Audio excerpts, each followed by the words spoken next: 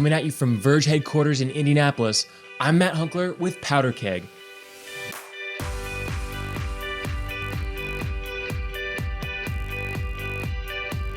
Today, we're talking with a young investor who made his first $1 million at age 21. Ambition without intelligence is like a bird without wings. And I think that there's so many young entrepreneurs and there's so many self-help gurus, the business coaches these days, that just try and pump people up. They artificially inflate enthusiasm, they artificially inflate motivation, and what they're trying to sell is that if you're really enthusiastic and you're really motivated and you're really inspired, then you'll succeed. Well, that's not really the case. Because unless you have the practical application of it, you can have all the enthusiasm in the world and that, you can be bouncing out of your skin on a moment by moment basis, so excited to go do something. But unless you have the level of sophistication and the knowledge and the understanding to go execute it in an intelligent way, you're just spinning your energy. That's Jordan Wirsz from this interview, and he's the CEO of Savant Investment Partners, where he's spearheaded more than $100 million of real estate investments since 2012. Now, I met with Jordan in his office in Las Vegas just to learn a little bit more about what makes him tick. I wanted to understand his investment habits and leadership style, but what I got was even better than I expected. In this interview, Jordan, of course, is going to share his personal startup story, starting with his first commission check at age 15. So in that, you're going to hear some productivity hacks, how he approaches his work, as well as some of his leadership best practices. But you'll also hear about the risks of living an expensive lifestyle, which Jordan learned firsthand. And then my favorite part of the conversation, dealing with failure, and how Jordan and his company survived, just barely survived, the financial crisis of 2007, 2008, and a little bit into 2009. So we've got all of that here for you today and more on Powderkeg.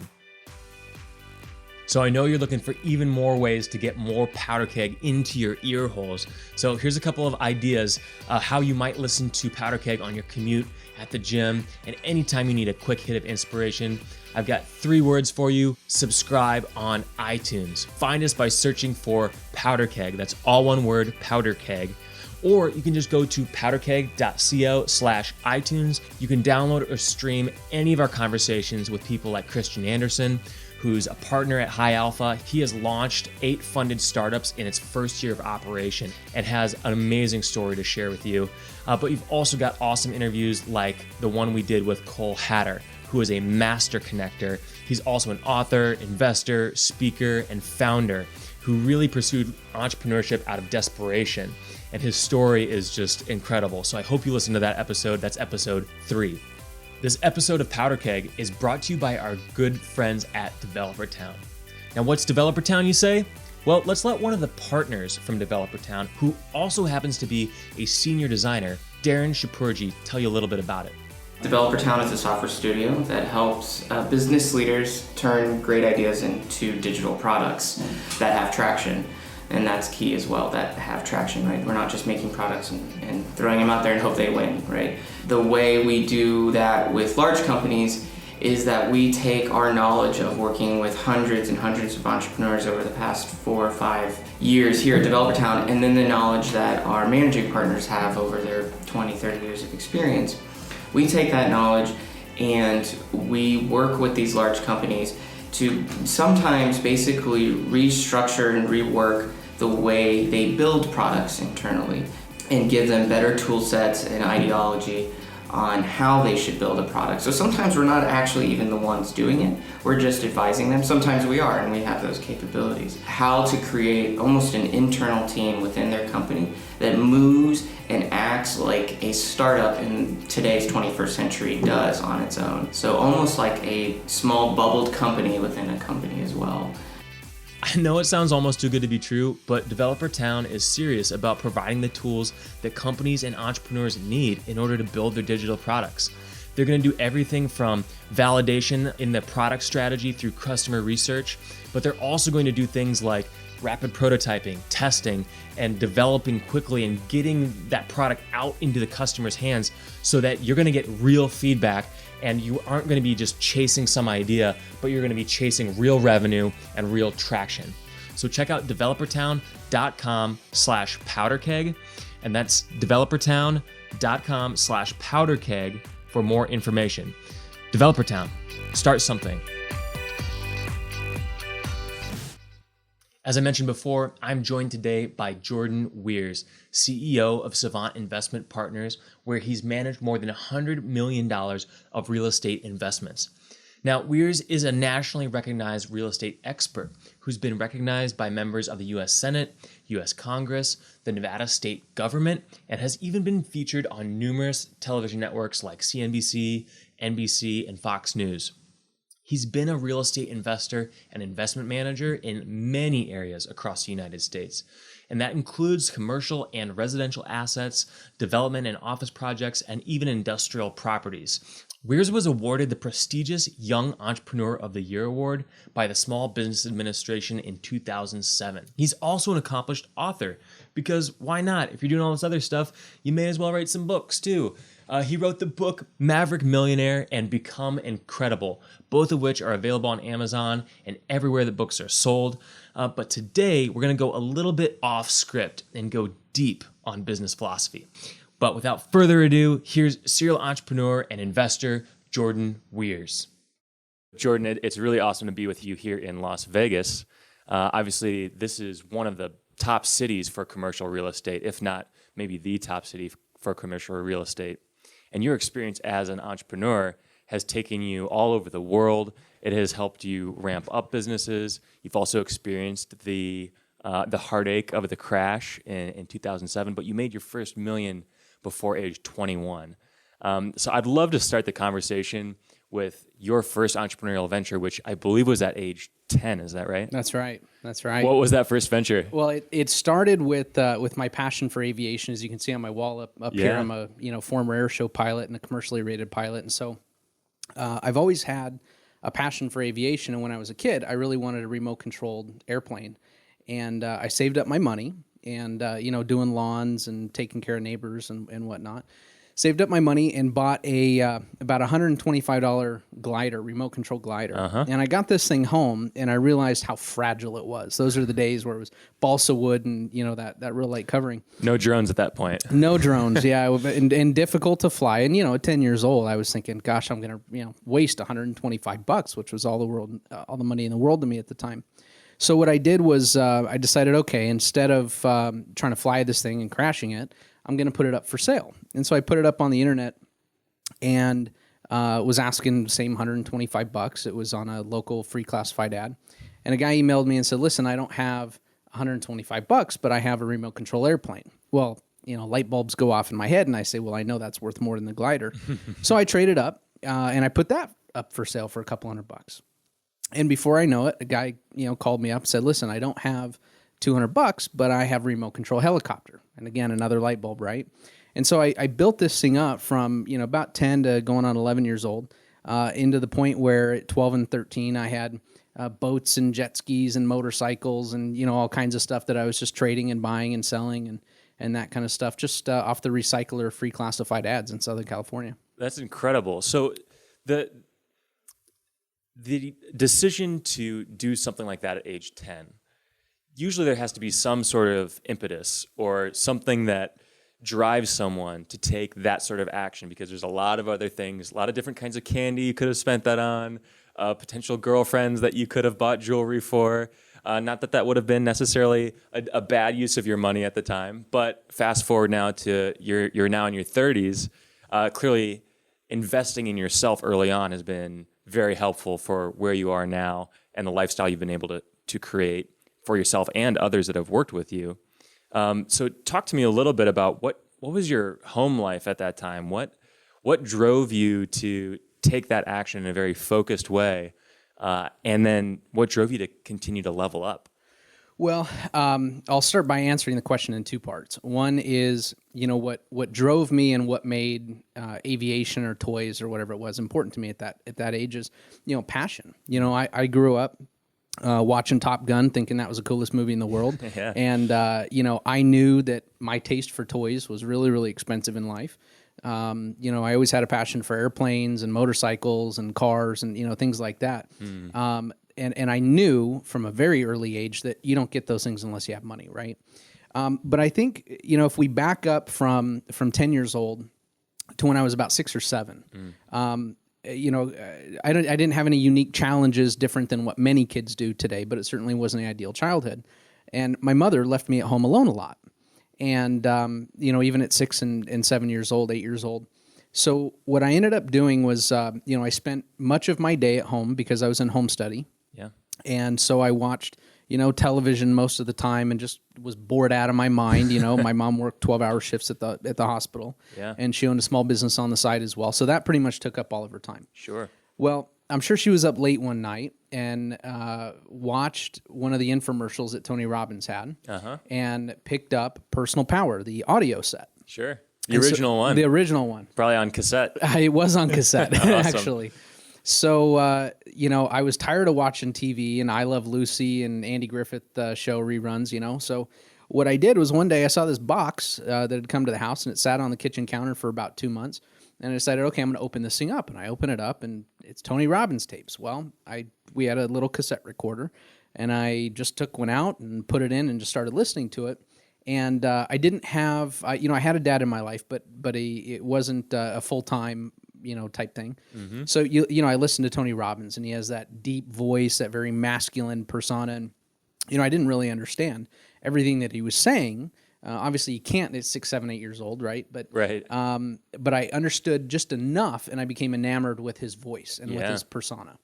And he kind of, filled that masculine role in my life for a couple of months as I just repeatedly, listened to these audio sets over and over and over again. And how old were you at this time? I'm going to say I was probably somewhere around 7. Okay, wow. Yeah, somewhere around 7. That's a great time to find. I didn't find that particular audio program until I was probably 19 or 20. Yeah. But I had a very similar experience to you. And I got to tell you, like I said, it's not like at 7 I comprehended all this information and I knew exactly what the deal was, right? But it did plant a seed in me, right? And you can only listen to things so often without it actually resonating into who you are. Yeah. Which is pretty amazing. Yeah, that's incredible. Was there one takeaway that you remember from that program that maybe did sink in, or that has been kind of an underlying? No, but I can tell you that I've been a fan of Tony Robbins since I was a young kid. Yeah.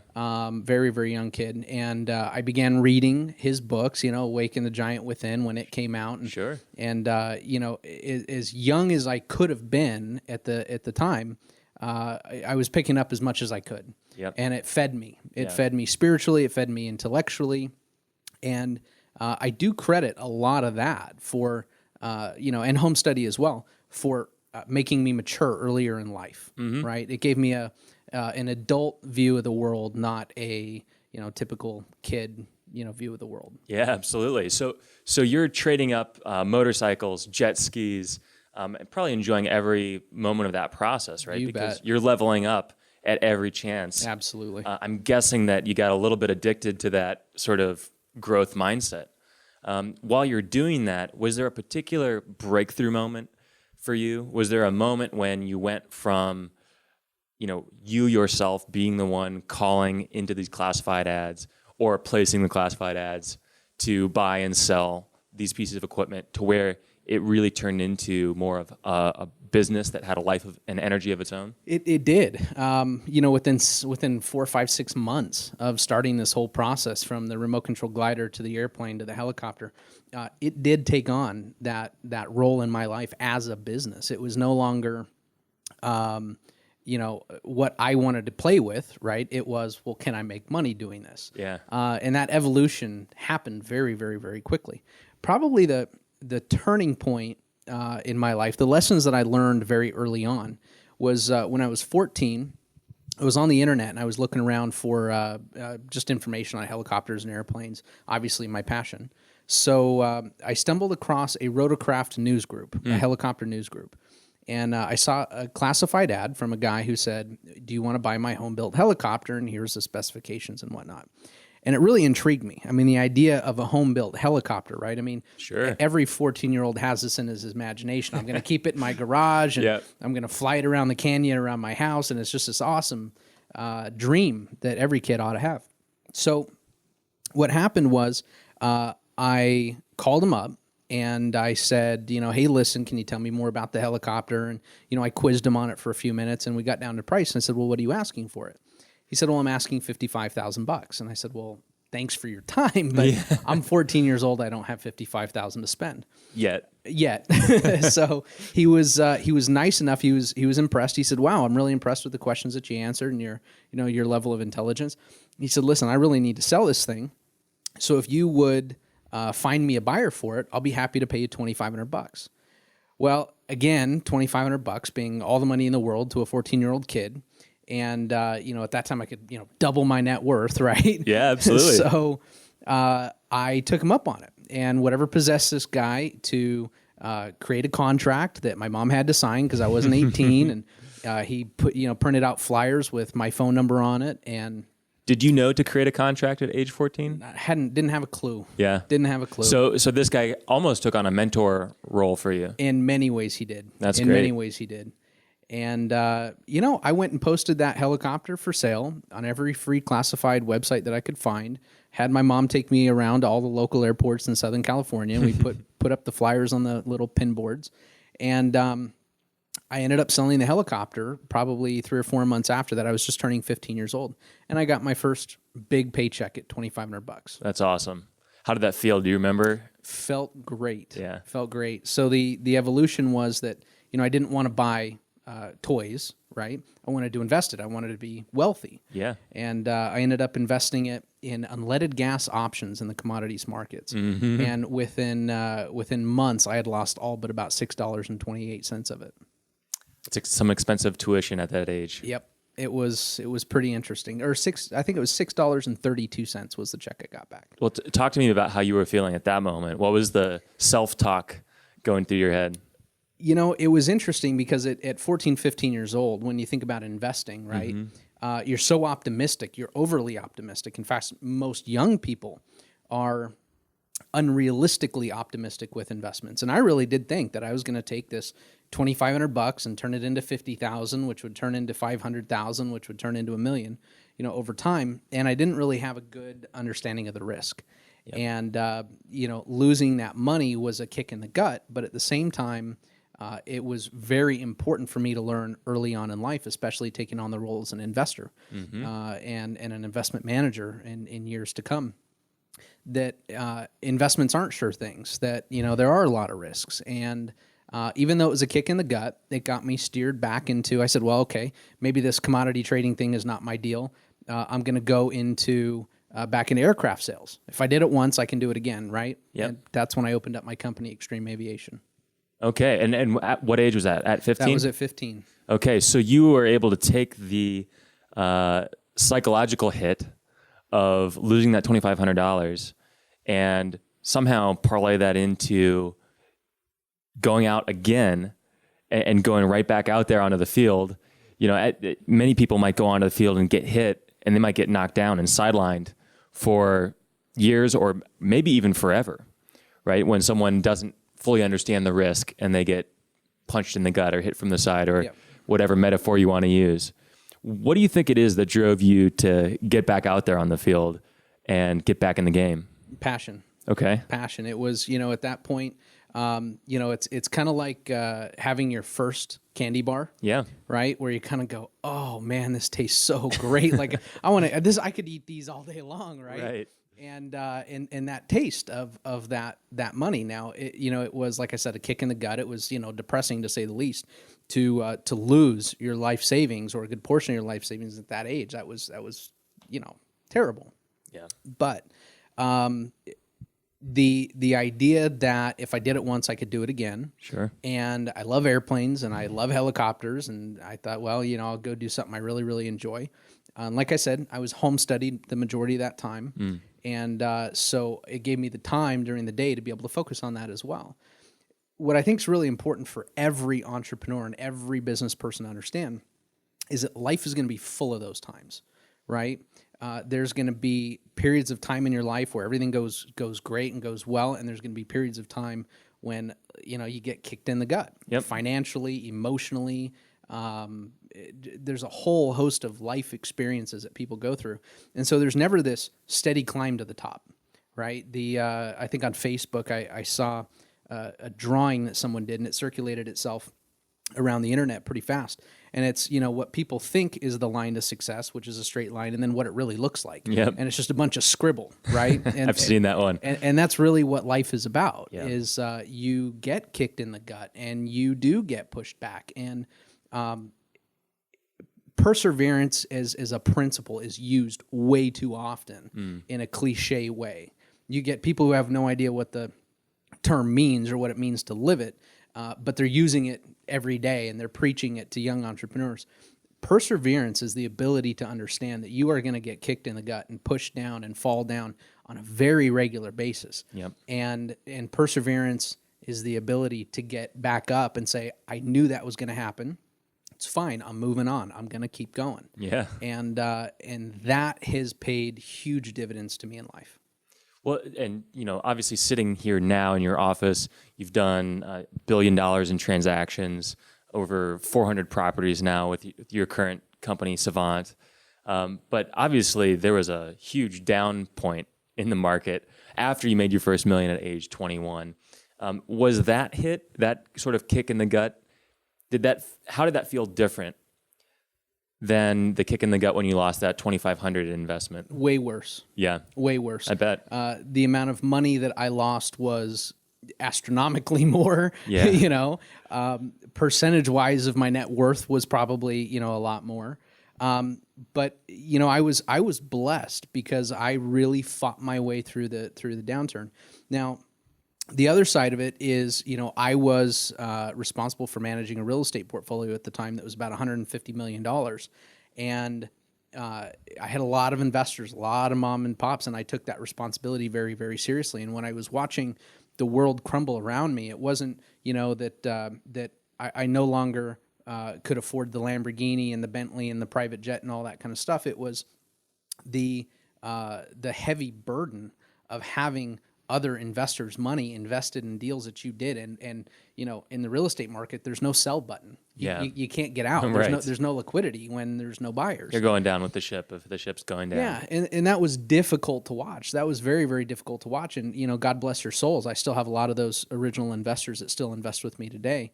But it was difficult being at the helm, and that's imagine waking up every day to a whole new set of problems. And knowing that you're not going to see a good day where you're resolving those problems for months or potentially years. Yeah. And that was very, very, very difficult for me. I would imagine. What kept you getting out of bed in the morning? What drove you to drive to the office and continue working? Responsibility. Yeah. Responsibility. I had a responsibility to those investors and to myself. I was very, very fortunate. Every one of my competitors, I shouldn't say everyone, the large majority of them have been sued by investors like crazy. I was never sued. A large majority of those competitors have filed bankruptcy. I didn't file bankruptcy. And it was a fight. It was an absolute fight. Yeah. And, to keep yourself above water and do your best job for your investors. And it was a time that really cut my teeth, if that makes sense, in this world. And it was the make or break moment. And it still to this day, I help a lot of those investors, still deal with a lot of the issues that happened back in the crash. And it was something unlike anything I'd ever seen. I have always made it a habit to surround myself with incredibly bright people. Mm-hmm. I had ex-CFOs of multiple public companies, name brand companies on my board. I had ex-CEOs of publicly held companies on my board. I had private equity venture capitalists on my board. And, we all sat around the boardroom table and were trying to depict what was going to happen in 2008, early 2009, when things really started to fall off the rails. And we all looked at each other around the boardroom table and said, well, okay, it looks like maybe we might be in for a 20 or 30%, correction here, and we never imagined that it would be a 70%, as in 70. Yeah. And, Case Shiller and those guys have their own statistics of how bad it was. But, there was homes that were selling for $300,000 at the top that traded at $100,000 at the bottom. Yeah. And there's pieces of land that sold for $1 million at the top that traded for, $200,000 at the bottom. It was extreme. It was unlike anything that we had ever seen before. And so it was a good life lesson. And now, being an investor and an investment manager further into the future, I look back and now I realize that there's signs when markets are topping and there's signs when markets are bottoming.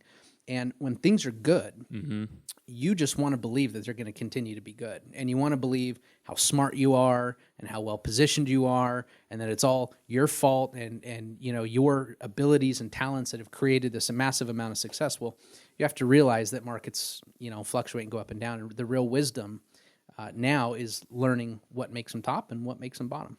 Sure. Well, and through that process, I imagine that there was ups and downs, or did you have kind of unwavering confidence and optimism throughout that, hey, we're definitely going to get through this? Oh, absolutely not. Yeah. I mean, it was, listen, I'm far from perfect, right? Sure. I think it would take someone far, far greater than me to have that optimism and confidence in those extremely dark days. Those were the days when, Bernie Madoff was out there stealing billions from people. Yeah. And you had Wall Street, brokers and investment advisors committing suicide. And, it was an extremely dark time, especially in our industry, for the economy in general, for certain, but especially in our industry. I mean, we were in the real estate business, the epicenter of that financial decline. So, no, I was not the eternal optimist that got up every day saying, I'm going to go crush this, I'm going to be bigger and better than the recession. I got up every day out of duty and responsibility and integrity, and I worked my way through one problem at a time, and that was where perseverance paid off. It's amazing. It says a lot about character that you were able to get through that without filing bankruptcy. Obviously, you had already earned millions upon millions. You're driving Bentleys, driving Ferraris. You mentioned the private jet. Obviously, you like to fly.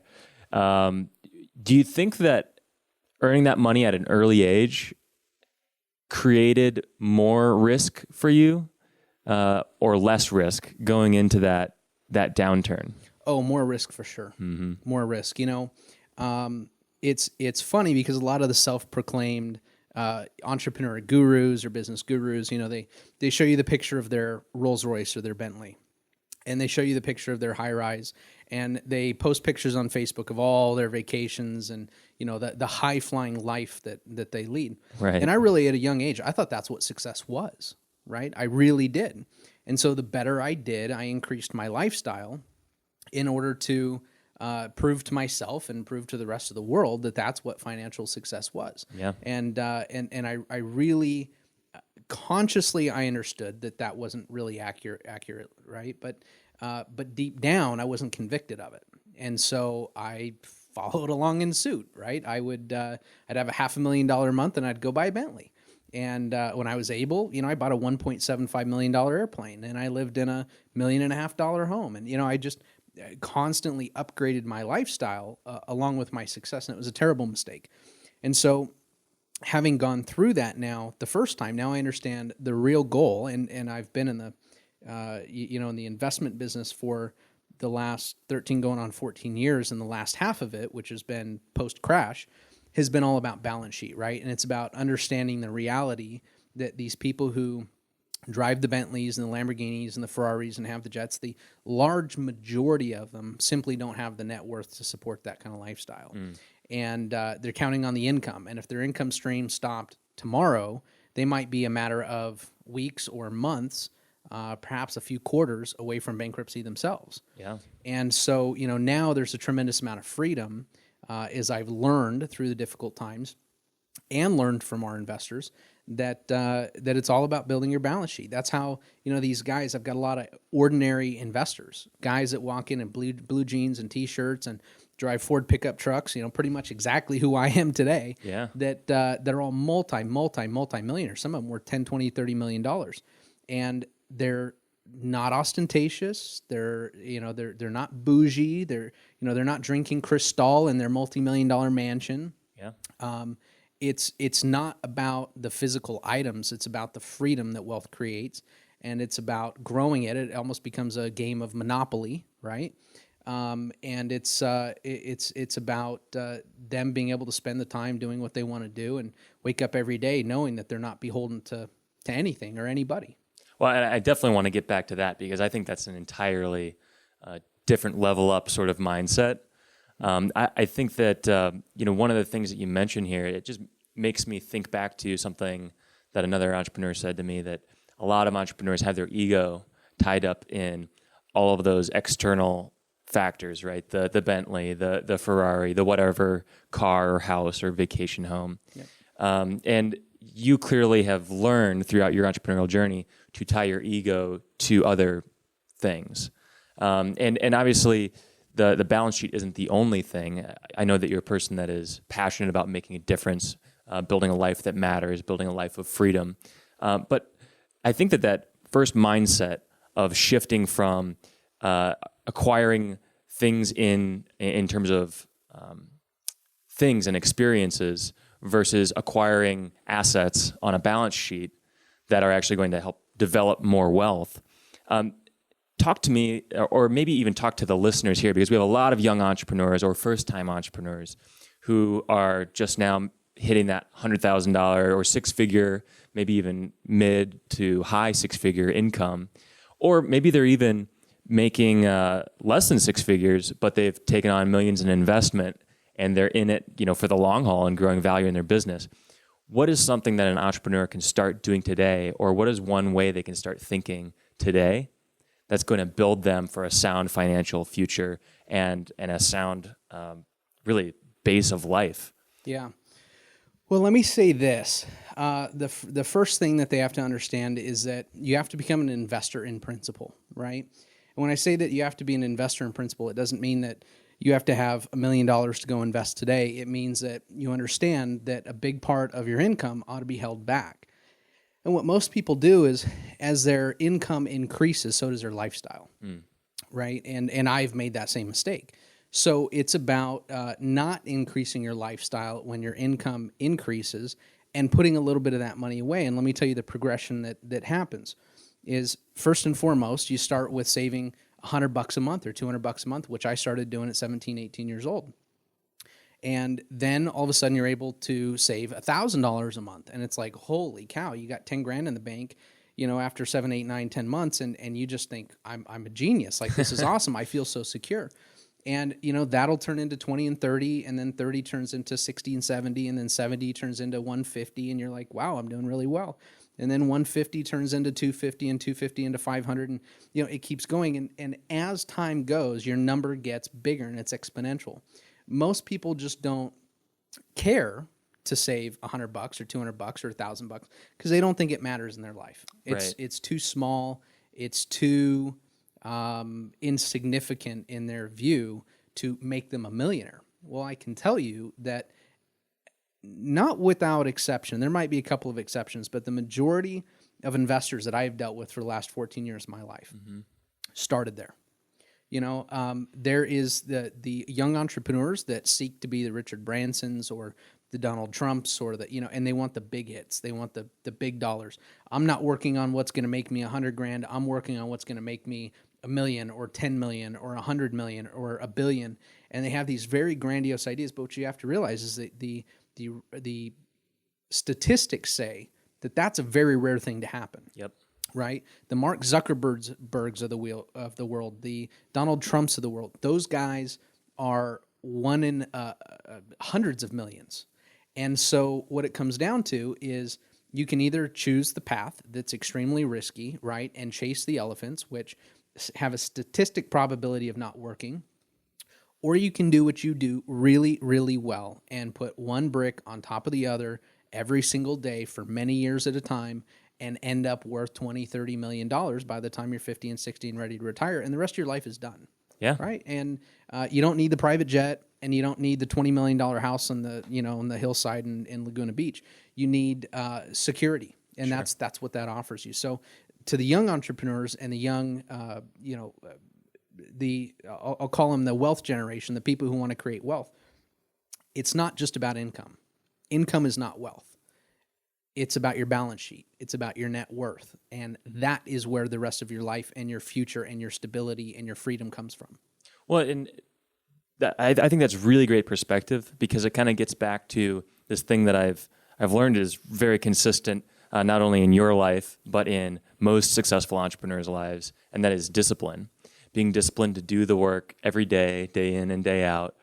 If you're younger, maybe you're taking on more risk in some areas, but you're balancing that out with low risk things that are, again, it's a discipline of building that net worth and that portfolio so that you're accumulating assets that generate wealth. Yep. And so in terms of discipline and your discipline now, having gone through the entire journey, right? The journey of investing in material things early on, and I'm sure you were still investing in things that were long-term investments as well, but now kind of having had to go through the course correction of the market, right? That could have just as easily gone up, and now you would be, maybe 200, 300x where you are in terms of net worth.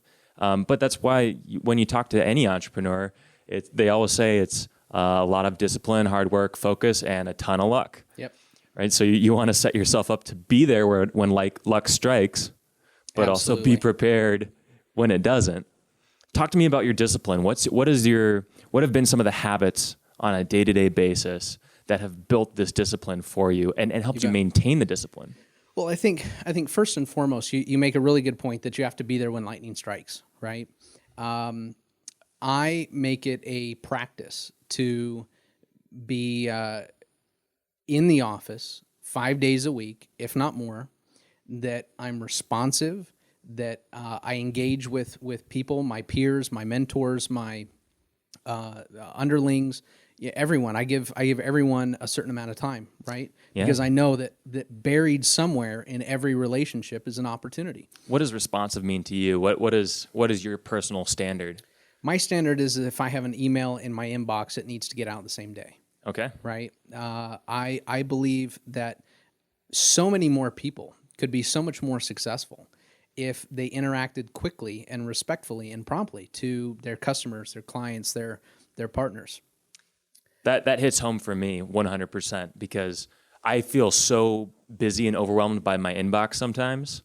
And I realize that my inbox is no more full than, if not probably magnitudes less full than the most successful people in the world. And they're still able to get responses within the same day. And I think part of that for me is probably toning down the amount that I communicate because I like to communicate with a lot of thought and emotion, and I spend a lot of time in responses. Yep. But I've been trying to discipline myself to get quick as opposed to thorough.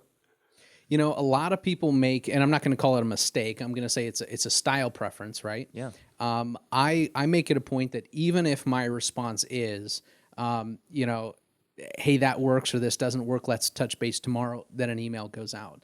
And especially in my industry where I've got investors that are investing hundreds of thousands or millions of dollars at a time, they don't ever want to think that they can't get a hold of you if they need to. And that's why I make it a policy that every investor has my cell phone. Every investor, will email me and get a response within 24 hours or less. That's really important, not just for my industry, but for everyone. Yep. And whether you're thorough or you're cursory, or it doesn't matter how you do it, respond, be active, engage with your clients, your customers, your partners, the people that are important to your business. And that in of itself will carry a good amount of momentum into the future. Yeah.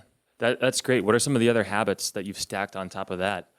I think organization, which is very tough for me. Yep. I found that entrepreneurs... Your desk looks pretty neat to me. Well, I cleaned it off a little before you came in today. Sure. But at the end of the day, it's difficult for me, just like it is for most entrepreneurs, because we are creative-minded, right?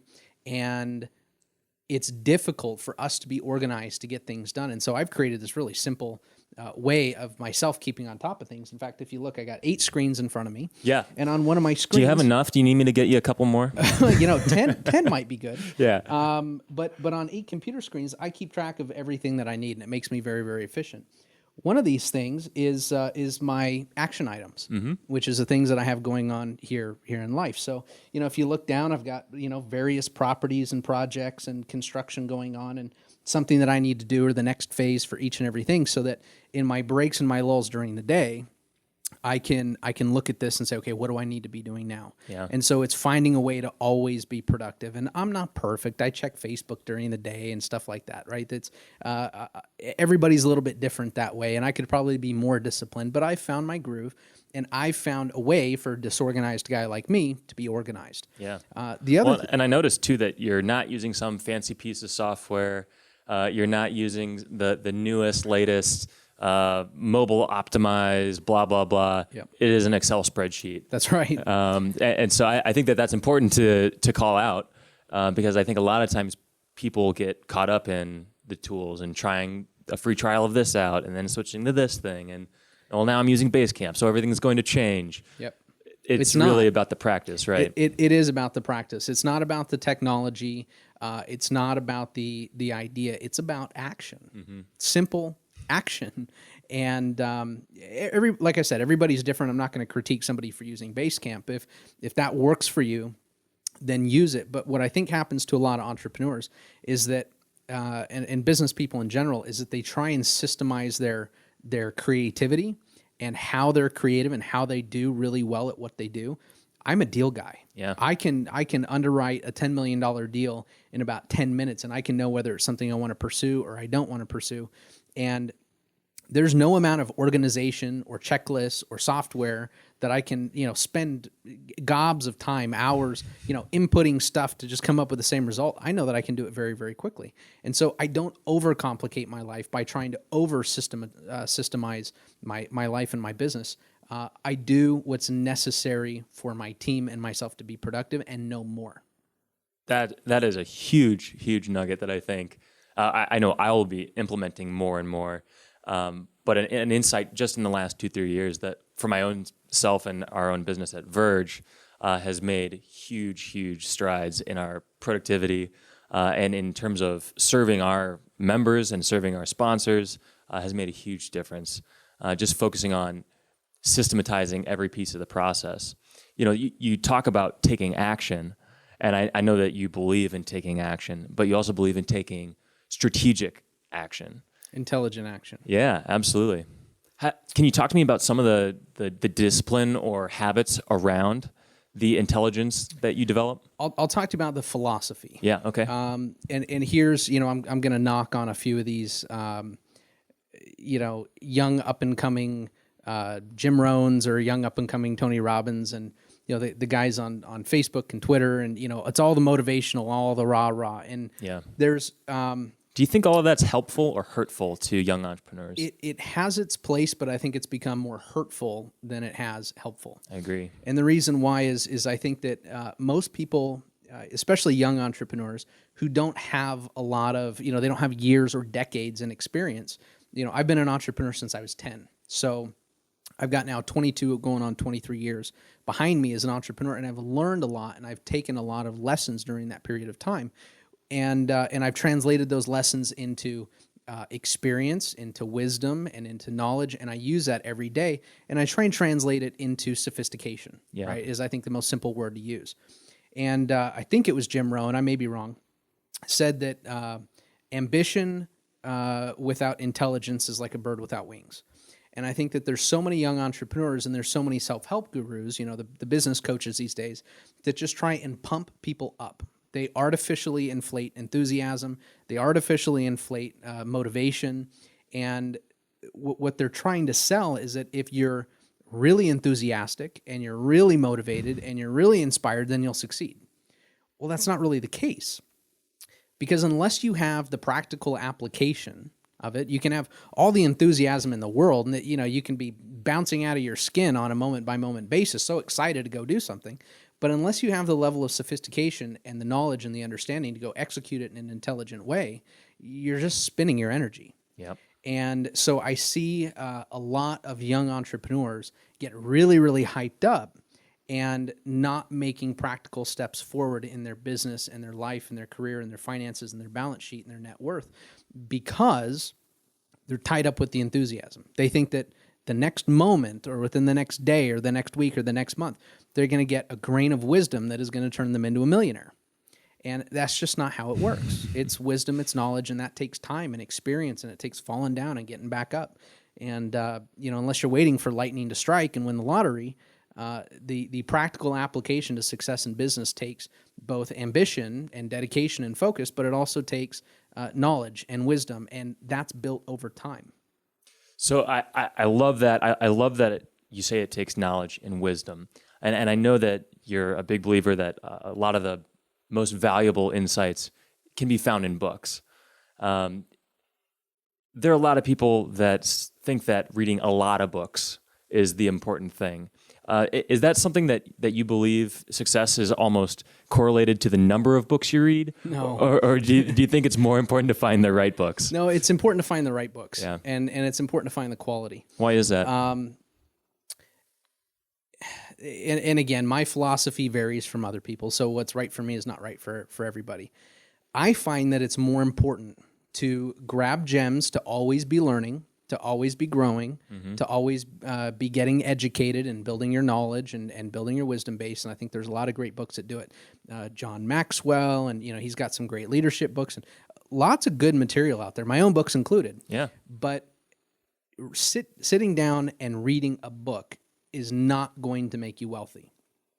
Sitting down and reading a book is not going to make you $1 million.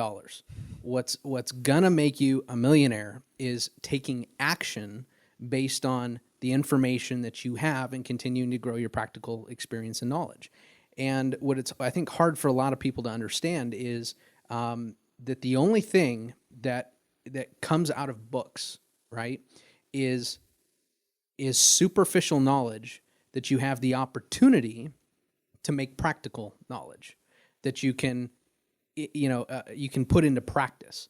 But if you don't have anything, if you don't have a practice to put it into, if you don't have a business or a system or a set of clients or a set of, investors in my case, or a set of deals in my case, if you don't have the practical application for what you're learning, you lose that very, very quickly. And so there's people who say, well, I want to read a book a day for the rest of my life, or I want to read a book a week or a book a month. Listen, I think that's great, whatever's right for you. But don't spend all of your creative time or your downtime or your free time reading a book to try and apply. Don't spend all your working time reading books so that you can try and apply it one day. Mm-hmm. Spend your time taking action and working and growing your experience base, and then take the nuggets out of what you read and what's important and apply it practically. That's so very, very important, and a key differentiator that I think probably more first-time or early entrepreneurs need to hear, which is, maybe it's time to put the book down. If you're going to have downtime, use that for thought time. Use that for thought experiments. Use that for thinking strategically about how could you be approaching your work differently, or how could you be approaching a particular deal in a more creative way, or who could you bring into the deal to 10x the results for everyone involved. Are there any disciplines that you have in terms of that downtime? Not when you're reading, not when you're doing specific things for particular deals, but just space to think and allow yourself to be free of thought? I do. One of those things that I've got a cabin that we use as a business retreat up in Utah in the mountains. Oh, that's great. And, I'm up there quite often. And I think here's the other thing that's really important is you need to schedule your business thinking time. You need to schedule your time and block out your time to think strategically, or to plan, or to be creative and come up with new ideas and thoughts and processes and procedures and ways to move your business forward. But it shouldn't occupy every waking moment of your life. And for me, like a lot of entrepreneurs, that's a struggle. Yeah. Because we're so passionate about it, and so much of our identity is in the passion of doing what we love, that it's hard not to think about it all the time. Yeah. So, one of the things that I do is I'll go start a fire in the fire pit, and I'll sit there for hours and just poke at this fire and put on more logs. And it's therapeutic for me, and I don't have to be thinking about business or anything else. I think taking time to unwind and not put the pressure on you to be thinking moment by moment about your business and what you can be doing, I think that actually wears you down. I think it burns you out. And I think you need that downtime to let your body and your mind recover.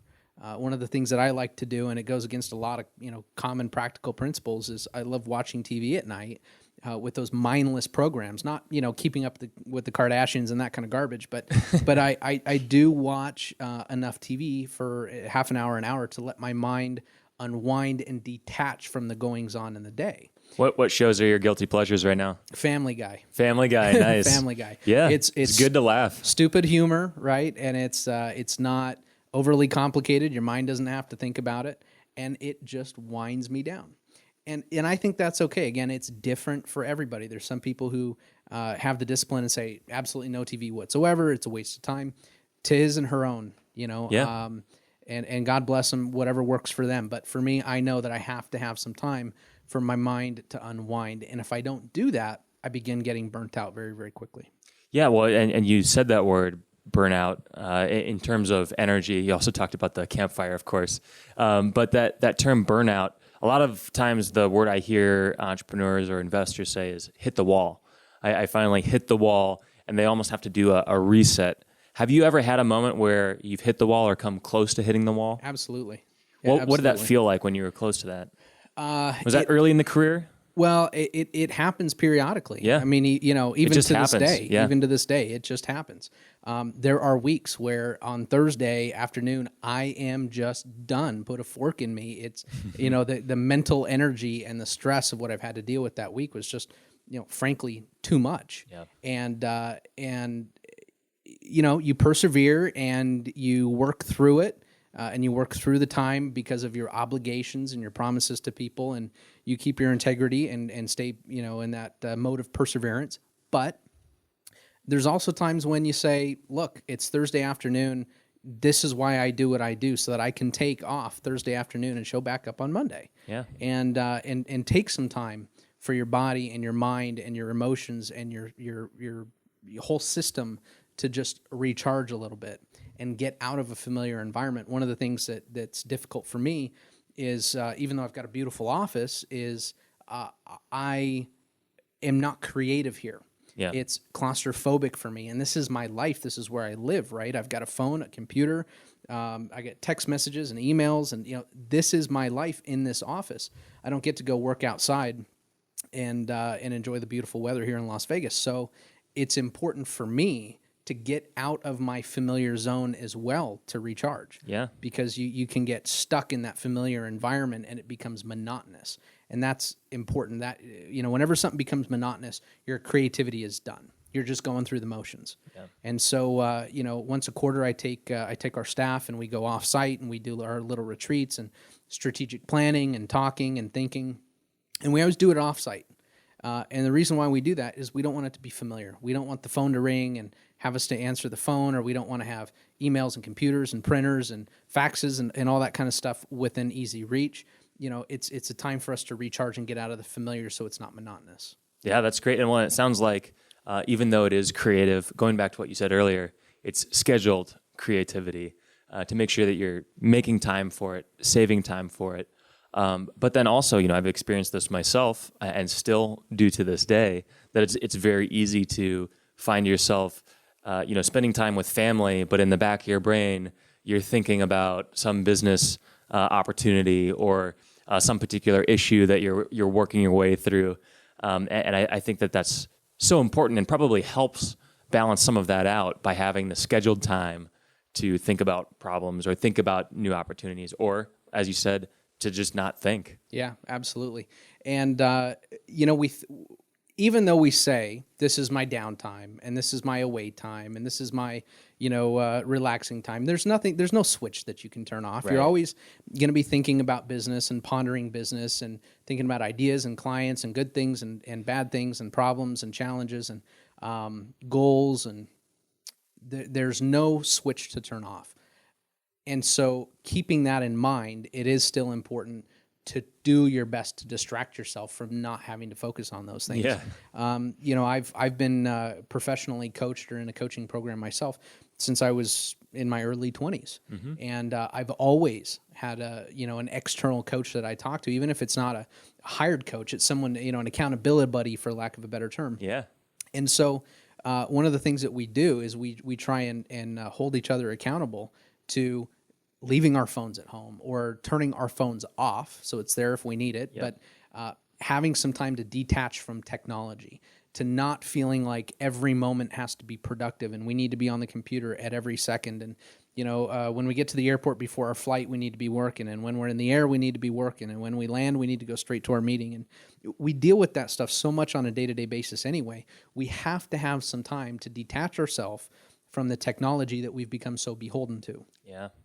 And I think that principle in of itself it'll feel awkward at first for most people, but turn your phone off. Yeah. Take a free day where you're not tied to it. And you don't have to be thinking about what's going on or not going on and answering your emails and getting that phone call that upsets you or whatever the situation may be. Well, I think that's good homework for everyone listening to this interview to do, is to just schedule one disconnected day. I have a friend who just recently took a month away from the office and away from technology. Of course, he still had his phone and everything, but deleted the Facebook app, blocked it from his computer, made sure that he wasn't getting on Twitter, wasn't blogging anymore during that month.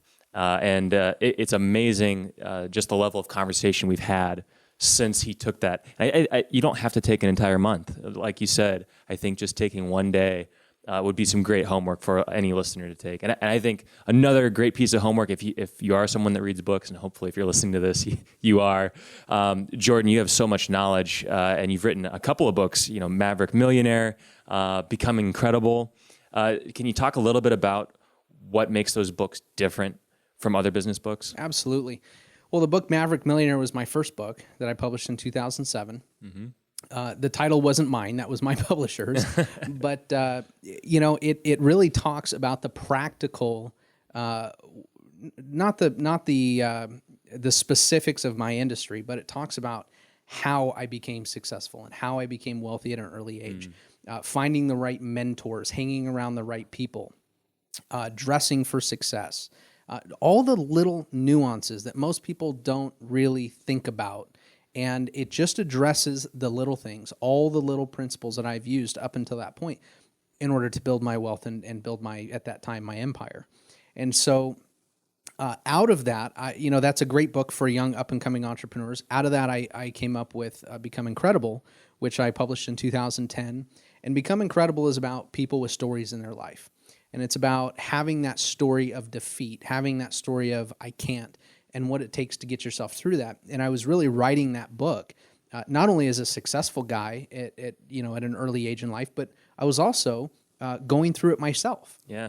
Where, there's this entire world crashing in around me and trying to not be attached to the economy or the real estate market or the difficulties and the challenges in life, and don't let yourself buy into that story that you did it once but you can never do it again. And that was really, really important for me to write that book as well. And it's actually a workbook, believe it or not. It's kind of funny how I put it together. But you actually have to write out your story in the book, and you have to face the realities of what your own limitations are in your mind. And it's a great exercise. I think it's a great exercise for anybody. Well, I love that you not only talk about taking action, but have written your book to encourage people to take action.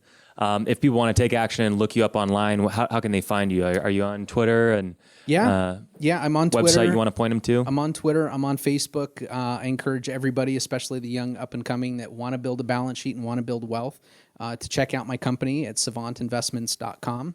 Yeah. And we've got the savantreport.com, which people can sign up to on the Savant Report website, which is savantreport.com. Awesome. And you can sign up, and we talk about everything that's happening in the investment world for the young, the old, the rich, and the poor, and it's just about the world. Oh, that's great. Well, we'll definitely link it up in the show notes. Make sure we point people in the right direction. Jordan, I want to just say thank you so much for taking the time and so welcome, and taking really the energy to connect on a real level and share not just the glossy Instagram filtered version of your life, but really the truth of what it takes to be a successful entrepreneur, whether you're in Silicon Valley or elsewhere like Las Vegas.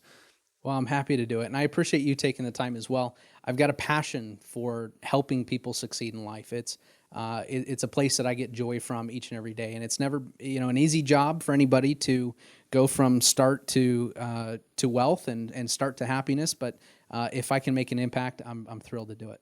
Well, you're really good at it, man. And hopefully we can reconnect, whether it's here in Las Vegas or on one of your trips in the future. Look forward to it, Matt. Thanks for having me. Thanks, Jordan.